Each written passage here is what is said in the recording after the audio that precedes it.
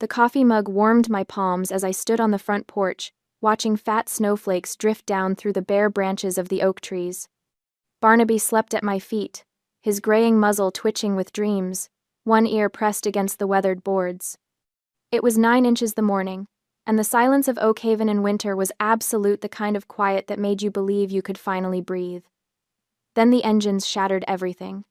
2 black SUVs and a massive U-Haul truck roared up the narrow lane, their tires spitting slush and gravel. They stopped hard at my wrought iron gate, engines still running, exhaust clouding the frozen air. My heart lurched into my throat. I was already running before the first door opened. Dad Declan stepped out of the lead SUV, adjusting his wool coat like he was arriving at a country club. That conqueror's smile. That same expression he'd worn when he convinced me to co-sign his business loan 6 years ago, the one I was still paying off. Then Felix jumped down from the truck's cab, already barking orders at 3 men in the back. "Careful with those server racks. Don't scratch the casings." He didn't even look at me. Didn't acknowledge my existence as he directed them to start unloading equipment right there on the curb, blocking the entire street. "What are you doing here?" My voice came out smaller than I intended. Barnaby had woken, pressing against my legs, a low whine building in his chest. Declan's smile widened. "Harper, sweetheart, we're home." Home. The word hit me like a fist. 2 years. 2 years of 80-hour weeks at the architectural conservation firm, nosebleeds from exhaustion, living on ramen and black coffee. 2 years of saving every cent of that $300,000 bonus so I could buy this place, Blackwood Manor, and register it under the Oak Haven Heritage Trust, to keep it anonymous, to keep them from finding me. I'd been so careful. I'd changed my phone number. I'd kept my address off every database. I'd even used a P.O. box, 4 towns over, for my mail. But I'd made one mistake. One stupid, arrogant mistake. 3 months ago, I'd posted a close-up photo of the Manor's rare rose window on an anonymous architecture forum. Just the window, no location tags, no identifying information. But the Oak Haven Historical Society had seen it, recognized it, and reshared it publicly on Facebook with the full address, gushing about the restoration of this local treasure. And my mother had Google alerts set up for my name, my old addresses, architectural terms I used in college papers, even the make of my car. She'd found me within hours. "How did you know I was here?" I managed, gripping the gate's iron bars. Declan pointed casually toward the tree line across the street. "I parked right over there for 14 hours yesterday. Watched you walk the dog at 7:30. Saw your Volvo in the drive. Saw you leave for the grocery store and come back alone." He tilted his head, studying me like I was a specimen. "I know you're all alone in this big house, Harper. That's no way to live." The calculation in his voice made my skin crawl. This wasn't a surprise visit. This was reconnaissance. This was tactical. "You need to leave," I said, forcing steel into my voice. "This is private property. You're not welcome here." Felix finally looked at me then, his expression somewhere between pity and contempt. "Harper, don't be dramatic. We're family." He gestured at the server racks being stacked on my curb. "And I've got a business to run. The lease is already signed." "What lease?" Declan pulled a folded document from his coat pocket, waving it like a flag of truce. "Felix is renting your basement. Very reasonable terms, $1 a month for 5 years. You signed it last month, remember?" The world tilted. "I never signed anything." "Your signature's right there, sweetheart." I didn't open the gate. I didn't move.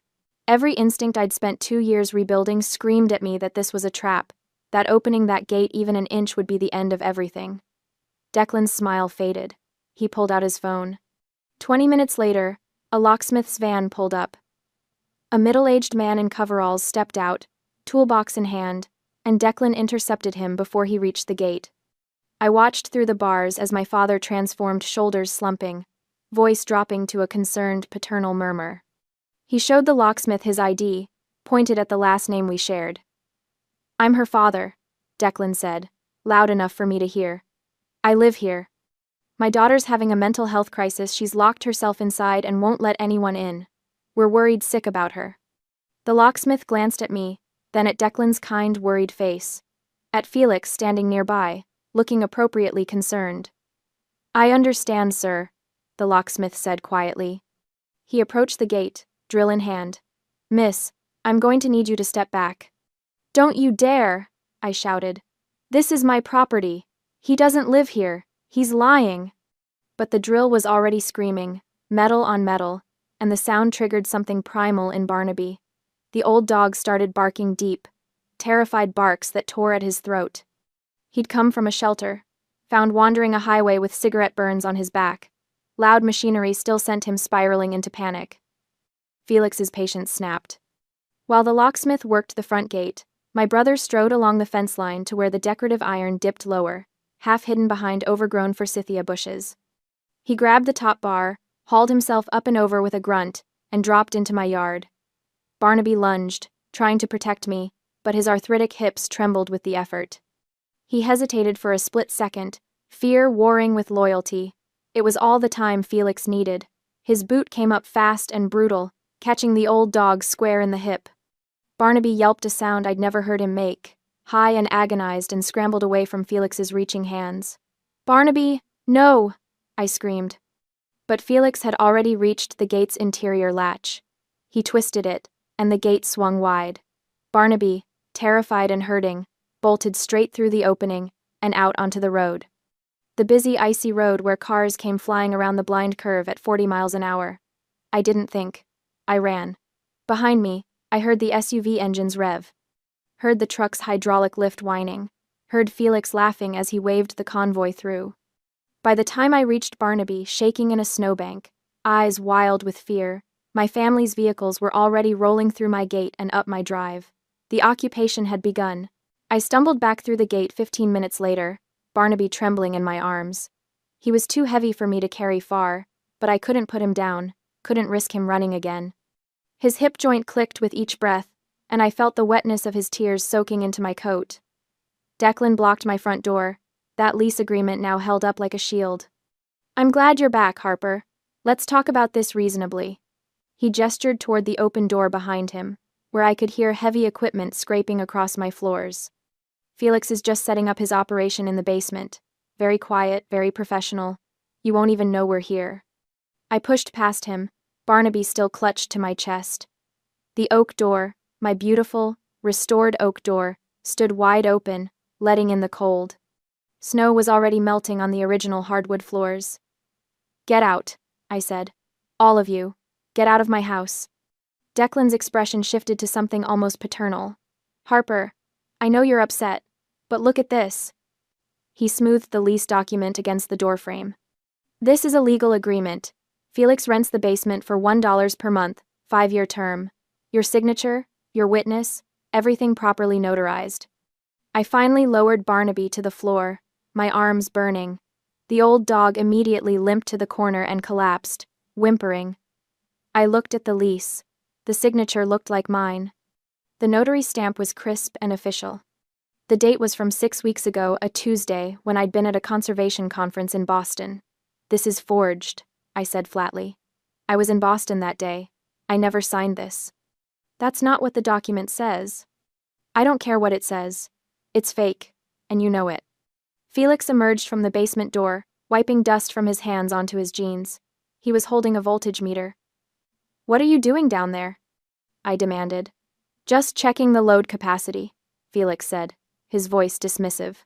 "Old houses have terrible wiring. I need to make sure the circuits can handle the rigs." I pulled out my phone and dialed 911. "Oak Haven Police?" The dispatcher answered. "I need an officer at Blackwood Manor immediately. I have intruders who broke into my home and assaulted my dog. They're refusing to leave." Declan didn't even flinch. He just folded the lease back into his pocket and smiled. The wait for the police felt like hours, though it was barely 30 minutes before Sheriff Brody's cruiser crunched up the gravel drive. He was a tall man in his 50s, with the weathered face of someone who'd spent decades refereeing small-town disputes. I met him at the door, still holding Barnaby's collar to keep him from trying to follow me outside in his panic. "Thank you for coming, Sheriff. These people broke into my home." "Now, hold on." Brody raised a hand, his voice calm and measured. He looked past me at Declan, who had positioned himself in the foyer like he owned the place. "Sir, are you a resident here?" Declan produced the lease with a flourish. "My son Felix rents the basement. This is a legal tenancy agreement. Signed by the property owner, my daughter, Harper Lawson. Brody took the document, studied it carefully, looked at the signature, the notary seal, the terms. Miss Lawson, is this your signature?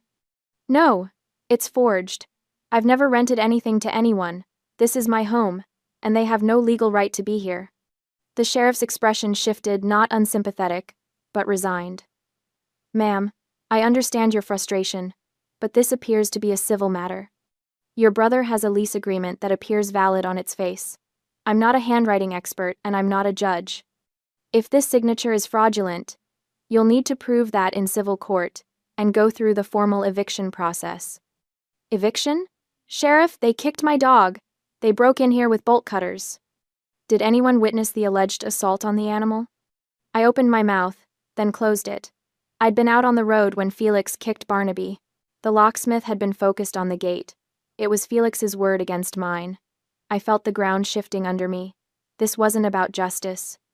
This was about procedure, technicalities, the difference between civil and criminal law.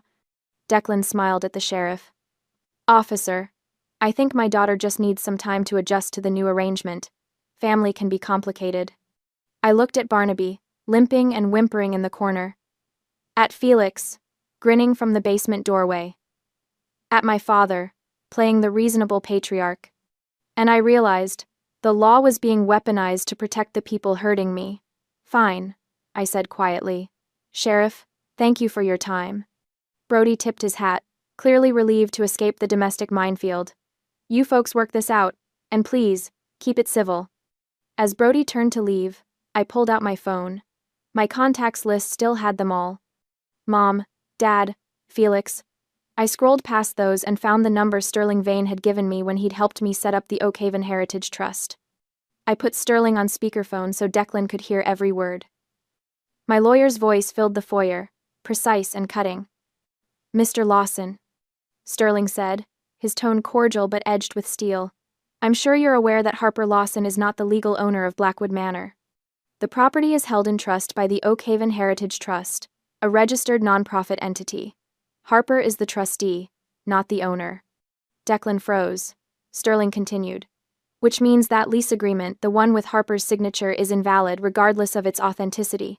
Harper cannot rent property she doesn't personally own.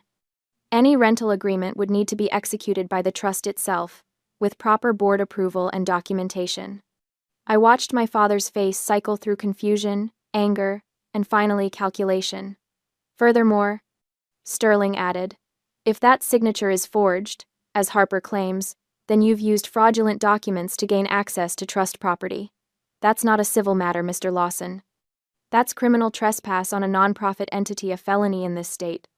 Felix's grin vanished. Dad, what's he talking about? Declan held up a hand, silencing him. This is a family misunderstanding. I'm not confused, I said softly. Sheriff Brody? The sheriff had paused on the porch. He turned back, his expression hardening as he processed the lawyer's words. Trespassing on a trust was a different beast entirely. Mr. Lawson, Brody said, stepping back inside. If you cannot prove you have an agreement with the trust, I'm going to have to ask you to leave the premises until this is verified by a court. Declan's mask slipped. For just a moment, I saw the rage underneath. You're making a mistake, Harper, he said quietly. Family is supposed to help each other. Tell your lawyer that, I replied. The heavy clouds made the day feel older than it was as they loaded back into their vehicles. They would be heading to the Motel 6 Inches town. Felix paused at the threshold, giving me one last look. Enjoy the darkness, little sister. I didn't understand what he meant until I closed the door and locked it. Silence returned to the house, but something was wrong. The hum of the refrigerator was gone. The thermostat display in the hallway was blank. I ran to the basement. The main breaker panel was open. Felix hadn't just checked the capacity. He had severed the main feed wires to the furnace and the kitchen circuit. He'd sabotaged the heating system before the sheriff even walked in the door. I wrapped myself in blankets and sat on the floor next to Barnaby, both of us shivering. Outside, the temperature dropped to -3 degrees. Inside, I deleted Mom and Dad from my emergency contacts and saved Sterling Vane to my favorites. The battle had just begun. The house felt like a tomb. I woke on the second day, wrapped in 3 blankets on the living room sofa, my breath clouding in the frigid air. Barnaby was pressed against my legs, shivering despite the old quilt I'd tucked around him. The Victorian radiators stood silent and cold, the elaborate ironwork now just decorative coffins for a heating system Felix had murdered. I'd called 4 electricians the night before. 3 hadn't answered. The 4th had listened to my description of the damage and said he couldn't come until after New Year's, a week away. Everyone was booked, or gone, or unwilling to drive out to Oakhaven in the snow for an emergency call. So I sat in the cold and did the only thing I could. I documented everything. Photos of the electrical panel, wires hanging like severed arteries, close-ups of Barnaby's hip, the bruising now dark purple beneath his fur. Screenshots of the property deed showing the Oakhaven Heritage Trust as the legal owner, the forged lease agreement, photographed from every angle. I was uploading the files to a secure cloud drive when my phone rang. Unknown number. Miss Lawson? A woman's voice, professional and irritated. This is Patricia Newell from Oakhaven Electric. I'm calling about the account transfer request we received this morning. My fingers froze on the keyboard. I didn't request any transfer. Our records show a request, submitted at 8:47 a.m., to transfer the account for Blackwood Manor from your name to Felix Lawson. The caller provided your social security number for verification. Ice flooded my veins, and not from the temperature. That wasn't me. Someone's committing identity fraud. A pause. I see. Can you verify your social security number now? I did, and heard Patricia's typing accelerate. All right, Miss Lawson. I'm flagging this as fraudulent and reversing the transfer. You'll want to file a police report immediately. Whoever called us this morning had access to your personal information. After I hung up, I sat staring at my phone. Felix didn't have my social security number. I'd never shared it with him. But Mom did. Mom had co-signed my student loans. Mom had my SSN memorized, written in her precise handwriting in the family records she kept. And she'd just handed it to Felix to commit utility fraud, to manufacture proof of residency, to build his fraudulent claim to my home. I called Sterling Vane. Harper, he answered immediately. I've been expecting your call. I saw the social media posts. What posts? He sighed. Your mother has been active on Facebook since yesterday evening. According to her narrative, you've kicked your elderly parents out into the cold, refused to let your brother operate his legitimate business, and are having some kind of breakdown. She's rallying quite a bit of sympathy. I pulled up Facebook on my laptop. Mom's page was public, and she'd been busy. Heartbroken tonight, her latest post read. My daughter has locked us out of the family home in this freezing weather. We've tried everything to reach her, but she's not well. Please keep Harper in your prayers. Sometimes mental illness makes people turn against those who love them most. 300 reactions. 87 comments, most expressing concern and sympathy. I closed the laptop before I could read the comments. Harper? Sterling's voice pulled me back. Are you still there? They're lying about everything. I know, which is why we're going to hit them with everything we have. His tone shifted to something razor-sharp. The utility fraud gives us ammunition. I want you to file a police report immediately for identity theft. Then we're filing a complaint with the FTC. This isn't just about your house anymore. Felix just committed a federal crime. Will it be enough? It's a start. But Harper, I need you to understand something. Your family is fighting dirty because they're desperate.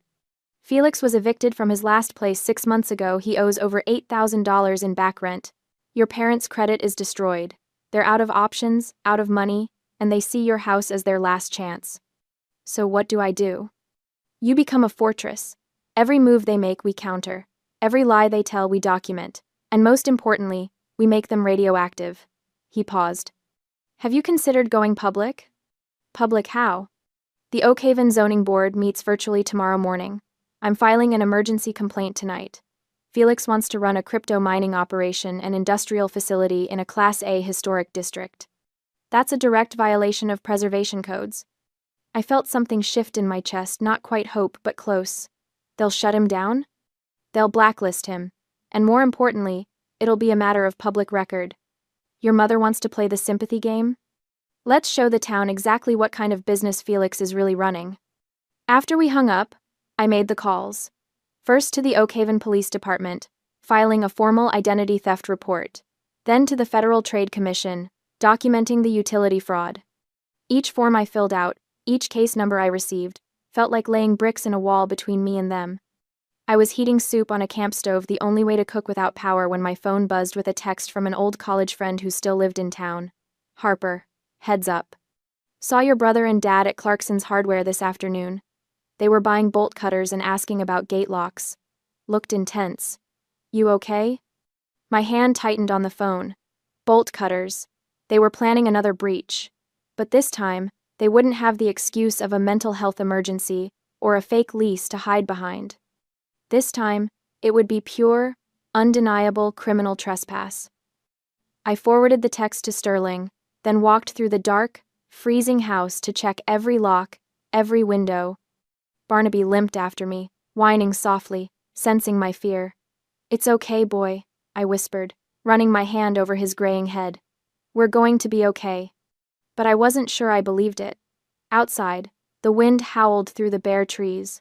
Snow began to fall again, thick and heavy, and my family was buying bolt cutters. The Oakhaven Zoning Board met via video conference the next morning at 10 a.m.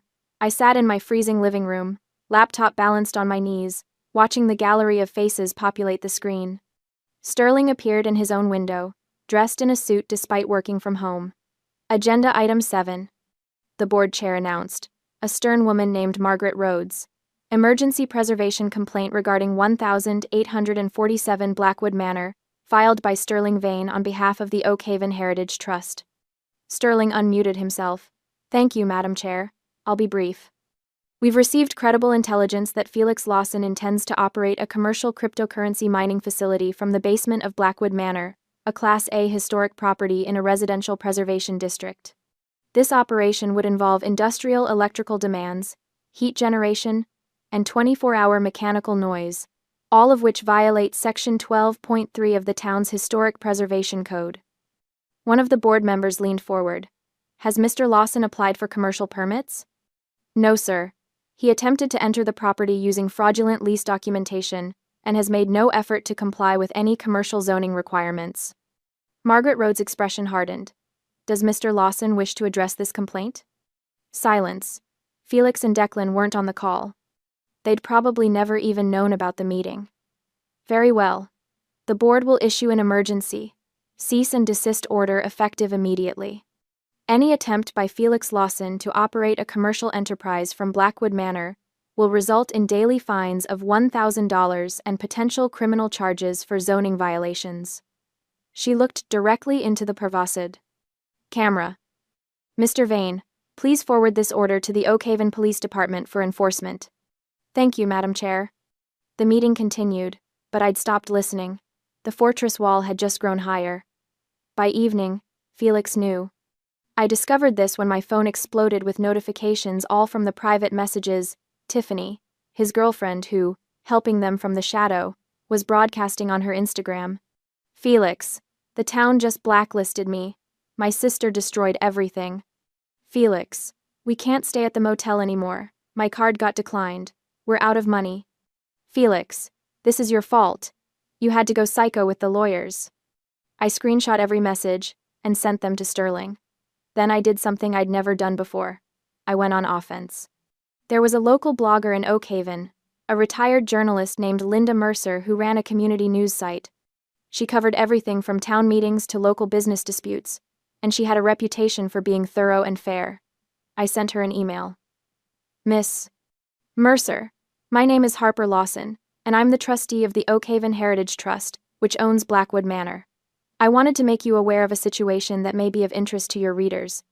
I attached the zoning board decision, Felix's eviction records from his previous rental public record, easily searchable, and the police report I'd filed for identity theft. My family has attempted to seize control of a historic property using forged documents and fraudulent utility transfers. They've been blocked by the zoning board, but I thought the community should be aware of the situation. I hit send before I could second-guess myself. Linda replied within 2 hours. Harper, I'd like to speak with you on the record. Are you available tomorrow morning? But tomorrow was still too far away. That night, as I sat bundled in blankets with Barnaby curled against my side, I heard a vehicle pull up outside. Just one, moving slowly, headlights off. I crept to the window and peered through the heavy curtains.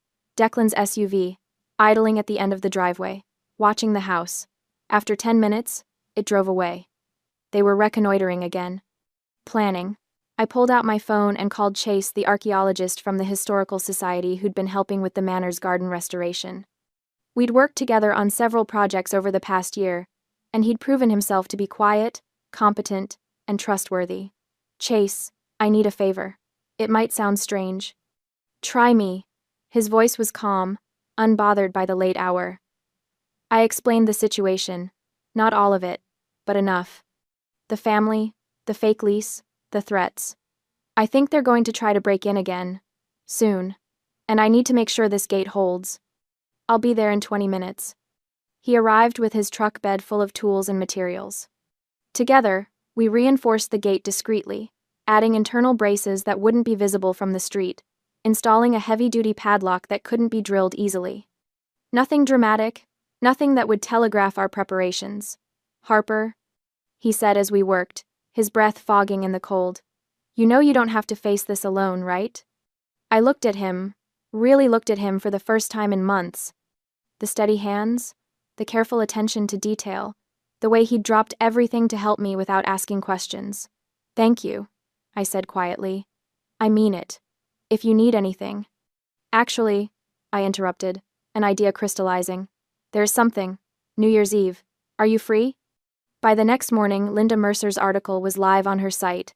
Historic property dispute turns ugly.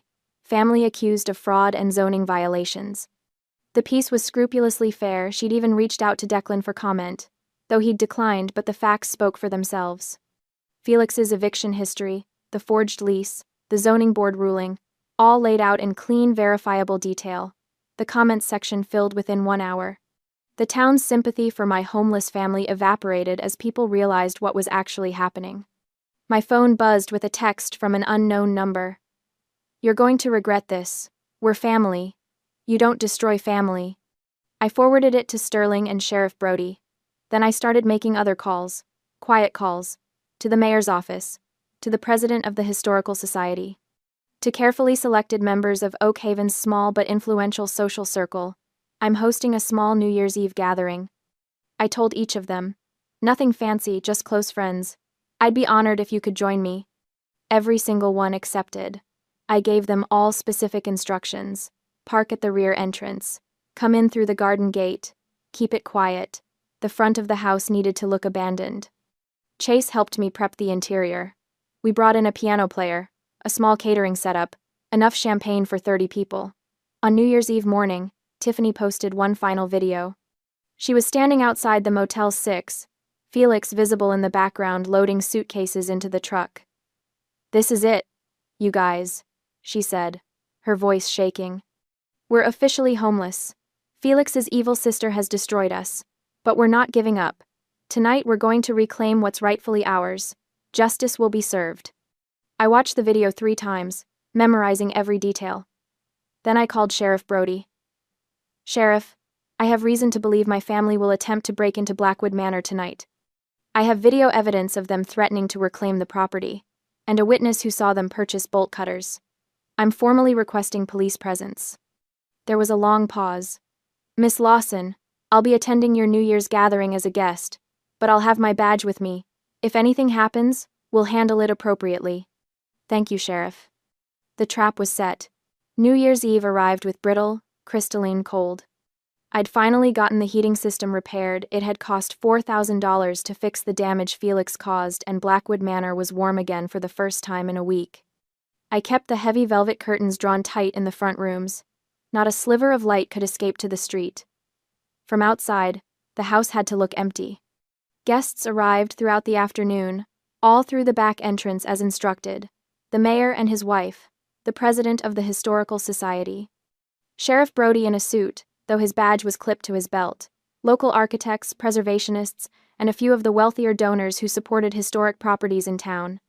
Chase had helped me set up the great room warm lamps, a string quartet playing in the corner, catering stations with elegant finger foods. It looked like a scene from a Gilded Age party, all the more surreal given what I knew was coming. Are you sure about this? Chase asked quietly, handing me a glass of champagne I had no intention of drinking. It's not too late to just call the police now. I'm sure. I looked around the room at the assembled crowd, people of influence, witnesses, the exact opposite of what Felix expected to find. They need to face consequences. Real consequences. And for that to happen, they need to commit a crime that can't be explained away as a civil matter. At 11:30 p.m., I positioned myself near the curtained front windows, creating a small gap to watch. Most of the guests were mingling in the great room, unaware of what I was anticipating.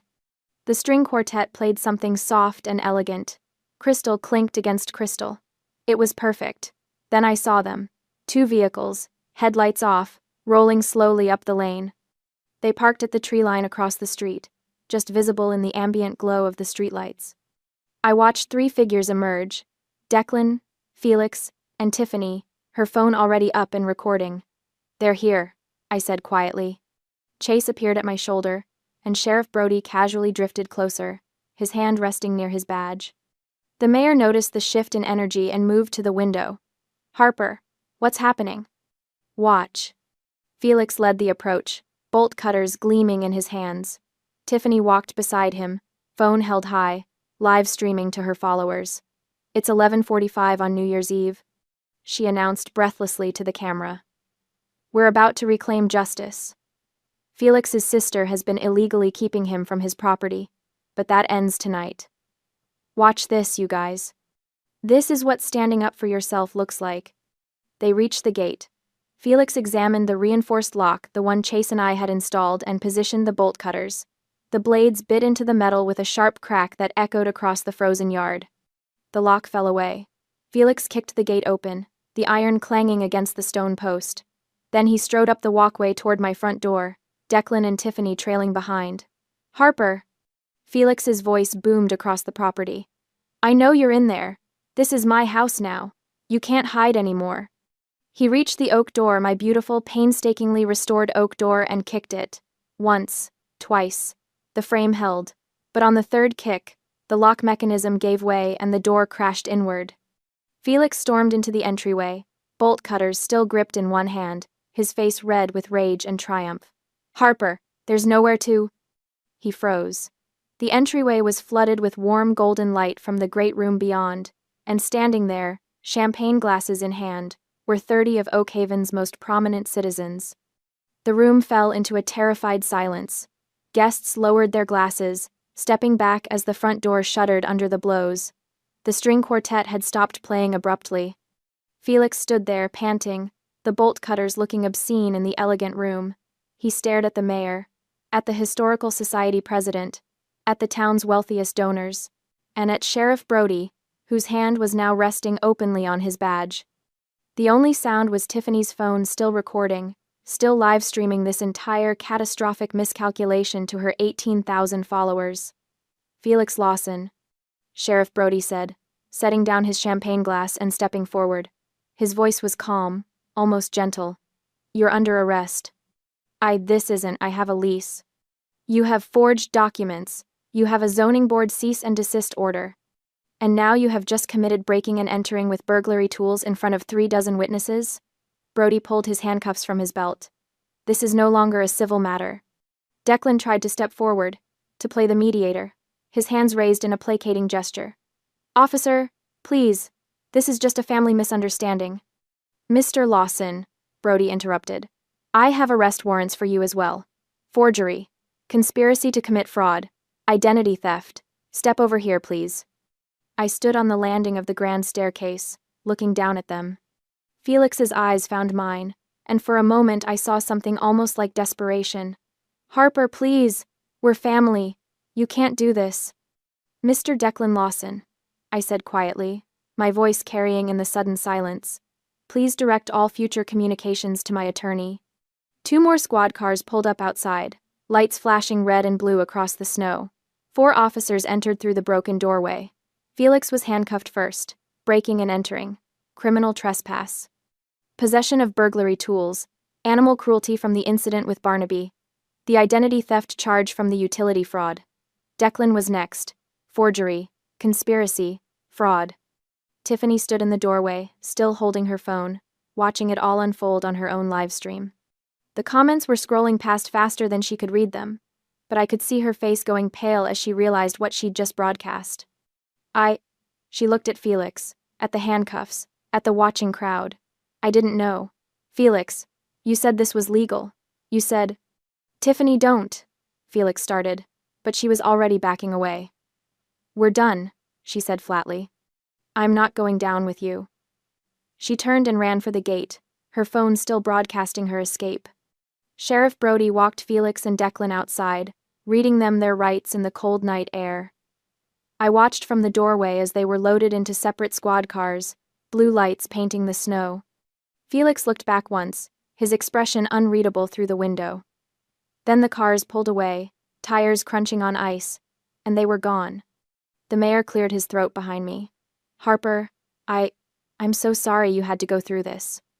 I turned back to the gathered crowd, to the concerned faces, and the quiet conversations. Thank you all for being here. I know this wasn't the New Year's celebration you expected. On the contrary, the Historical Society president said, raising her glass. I think we just witnessed justice. To Harper Lawson, and to Blackwood Manor. The others raised their glasses. To Harper. Chase was at my side then, his hand gentle on my shoulder. Are you okay? I looked around at the broken door, the scattered snow melting on my floors, the bolt cutters lying in my entryway like a discarded weapon. Then I looked at the people filling my home, not invaders, but guests I'd chosen. People who'd stood witness to my stand. Yes, I said, and realized I meant it. I'm okay. Outside, midnight struck. Somewhere in the distance, fireworks began to bloom against the winter sky. The siege was over. 5 months later, spring came to Oakhaven. The gardens of Blackwood Manor erupted in color tulips and daffodils pushing through the thawed earth, dogwood trees unfurling white blossoms against a sky so blue it hurt to look at. The heavy snow was a memory now, replaced by warm breezes that carried the scent of lilacs through open windows. I sat in the garden with a cup of tea, my laptop balanced on a wrought iron table, reviewing restoration proposals for the carriage house. But the work didn't feel urgent anymore. Didn't feel like survival. It felt like what it was supposed to be, a labor of love. A project I chose because I wanted to, not because I was running from something. Barnaby lay in a patch of sunlight near my feet, his gray muzzle resting on Chase's boots. The old dog's hip had healed well, though he still limped on cold mornings. But the fear was gone. The flinching when men approached, the panic at loud noises, all of it had gradually faded over the winter months. Now he slept peacefully while Chase worked, carefully brushing dirt from a fragment of pottery he'd found near the old garden wall. Looks like Wedgwood, Chase murmured, holding the piece up to the light. Probably 1,880 seconds, given the pattern. Your Victorian-era residents had good taste. They also buried their trash in the flower beds, I pointed out. He grinned. Archaeologists call that enriching the historical record. I smiled, watching him work. Over the winter, as the legal aftermath of New Year's Eve had played out, Chase had become a constant presence. Not intrusive, never pushing, just there. Helping me repair the front door, bringing coffee when I had to give depositions, sitting with Barnaby when I needed to meet with lawyers. Somewhere along the way, colleague had shifted to friend, and then to something that didn't have a clean label yet, something that made me feel safe instead of trapped. The brass plaque on the front gate caught the sunlight, its engraving sharp and clear. Property of Oakhaven Heritage Trust. By invitation only. Not. I'd had it installed in February, after the criminal trials concluded. Felix had pleaded guilty to avoid a longer sentence, 18 months in minimum security, plus restitution and probation. Declan had tried to fight the forgery charge, but the evidence was overwhelming. He got 2 years. Mom had never been charged. She'd claimed ignorance, said she'd just been trying to help her son, that she didn't know the documents were forged or that Felix planned to commit fraud. The prosecutors hadn't been able to prove otherwise, but she'd stopped calling. Stopped posting on Facebook about her ungrateful daughter. The silence from her was more telling than any conviction could have been. I'd blocked her number anyway. Some bridges weren't worth maintaining. Harper? Chase's voice pulled me back. He was watching me with that careful expression he got when he thought I was drifting into dark thoughts. You okay? Yeah, I closed my laptop. I was just thinking about how different things are now. Good different? I looked around the garden at the blooming flowers, at Barnaby sleeping peacefully, at the manor standing solid and warm behind us. At Chase, with dirt under his fingernails, and pottery shards scattered across his work cloth, looking at me like I was something worth protecting. Very good, different. He smiled. His hand found mine across the table, fingers intertwining.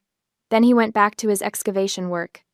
A car passed on the road beyond the gate, some tourist, probably, drawn by the Historical Society's new walking tour that featured Blackwood Manor as a preservation success story. I didn't tense anymore when I heard engines. Didn't rush to check who was arriving. The gate was locked. The alarms were set. And more importantly, I'd learned the difference between being isolated and being protected.